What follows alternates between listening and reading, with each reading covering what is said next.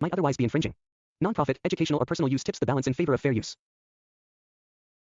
सृष्टि बचपन से ही दिखने में सुंदर नहीं थी, लेकिन अमीर आपकी बेटी सृष्टि पर उसकी माँ जान छिड़कती। मेरी बेटी कितनी प्यारी है, भगवान सबको सृष्टि जैसी बेटी दे। सृष्टि धीरे धीरे बड़ी होती है। एक दिन सृष्टि की सहेली कहती है, तू दिखने में कितनी अजीब सी है, लेकिन मैं जानती हूँ हम सब में सबसे अच्छी शादी तो तेरी ही होगी। तेरे पापा अमीर जो है। और बता नहीं सकते यार, दहेज तो हर कोई देता है, ये क्या ज्यादा ले जाएगी अपने पति के लिए? अरे बड़े शहर में कोठी है इसके पापा की। अरे पापा की है ना, कौन सी इसकी है? इसकी होती तब तो कोई भी लड़का इससे शादी कर लेता। अरे पापा की मतलब पापा की है तो मेरी ही है ना? किसने कहा? अब तेरी तो तब होगी ना जब तेरा भाई ना हो। वैसे भी शादी के बाद सारी प्रॉपर्टी भाई के नाम होती है।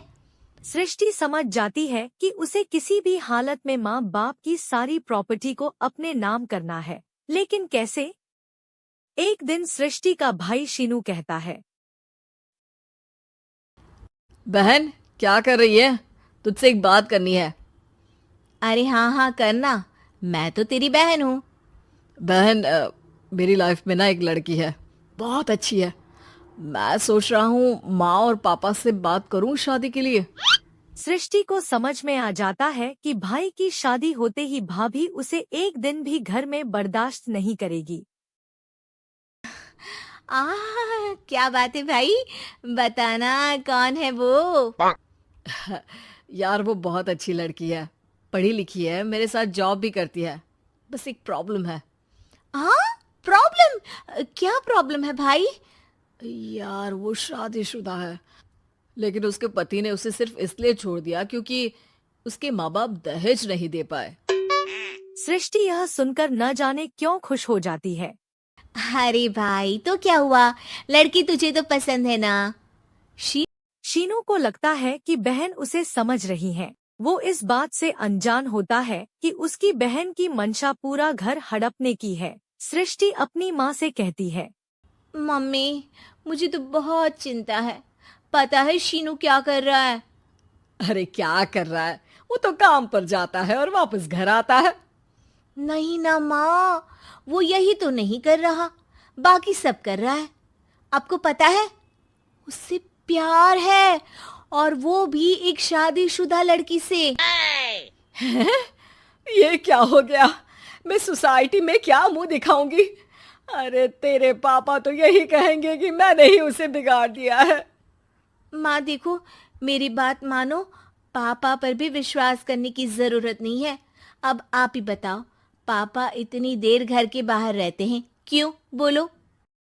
अरे बेटा वो तो नौकरी करते हैं ना। तू बहुत भोली है माँ।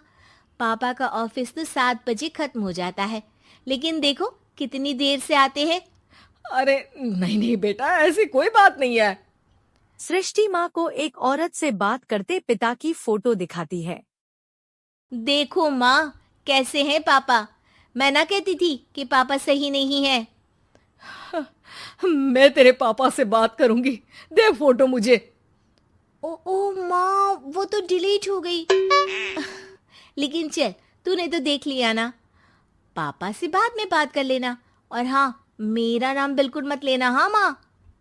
अब क्या था, सृष्टि के माँ और पिता के बीच झगड़ा होना शुरू हो जाता है। सृष्टि के मेन में क्या चल रहा था कोई नहीं जानता था। एक दिन डॉट शाम को लड़का आता है। माँ सृष्टि के लिए एक लड़का देखा है, वो लोग शाम को उसे देखने आने वाले हैं। और हाँ माँ, एक खुशखबरी, मैं और पापा मिलकर एक नया बिजनेस ट्राई कर रहे हैं। डॉट शाम को लड़का आता है, सांवले रंग का। सृष्टि को तो बिल्कुल भी पसंद नहीं आता। लड़की की माँ कहती है, लड़की का चेहरा तो कोई खास नहीं, लेकिन अगर मेरे बेटे को आप लोग सेटल कर दें तो मैं उसकी शादी आपकी बेटी से करवा दूं। सृष्टि को लड़का बिल्कुल पसंद नहीं।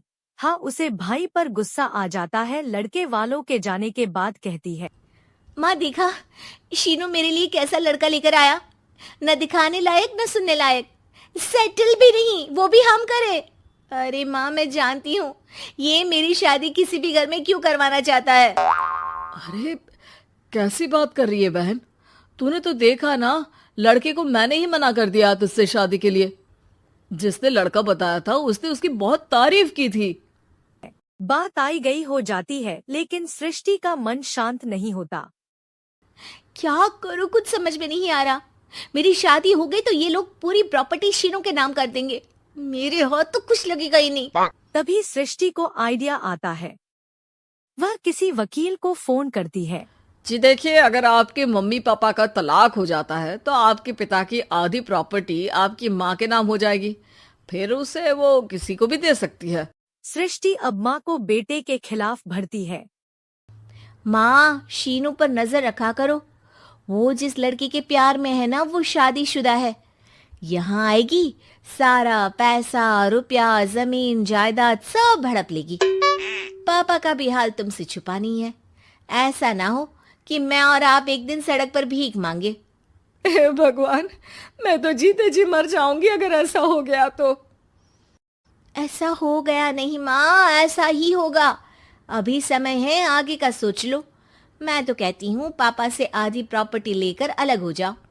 पापा की आधी प्रॉपर्टी भी हम लोगों को अगर मिल जाती है ना, तो अगले 7 जन्म सफल समझो। बेचारी माँ बेटी के कहने पर पति से तलाक लेकर अलग हो जाती है। सृष्टि अब पैसों से गाड़ी और अपने दूसरे महंगे शौक पूरे करने लगी। उसके दोस्त भी उसके पैसे इस्तेमाल करते हैं। सृष्टि, कल तुम कहाँ थी? मैं सारा दिन घर पर अकेली थी। तो मैं क्या करूं? मैंने ठेका तो नहीं लिया है ना तुम्हें संभालने का। माँ को सृष्टि से यह उम्मीद नहीं थी। वह बैठकर रोने लगती है। वहीं उसका पति यानी कि सृष्टि के पिता आ जाते हैं। मैं जानता था कि तुम्हारा यही हाल होगा, तो आपने मुझे रोका क्यों नहीं? मैं रोकता तो तुम रुकती क्या? सृष्टि के कहने पर तुमने मुझ पर, अपने बेटे पर शक किया, लेकिन तुम ये भूल गई कि कैसे हम दोनों ने मिलकर जीवन में इतना सब खड़ा किया। माँ पति के गले लग जाती है। मुझे माफ कर दीजिए, मैंने आपकी कमाई का एक बड़ा हिस्सा गवा दिया। कोई बात नहीं, तुम साथ हो तो मैं ऐसी 7 प्रॉपर्टी खड़ी कर दूंगा। तभी वहां सृष्टि आ जाती है रोते हुए। माँ, मयंक ने मुझे छोड़ दिया। वो बोल रहा था जब तक मेरे पास पैसे थे तब तक ही वो मेरे साथ था। पापा, माँ, मुझे माफ कर दीजिए।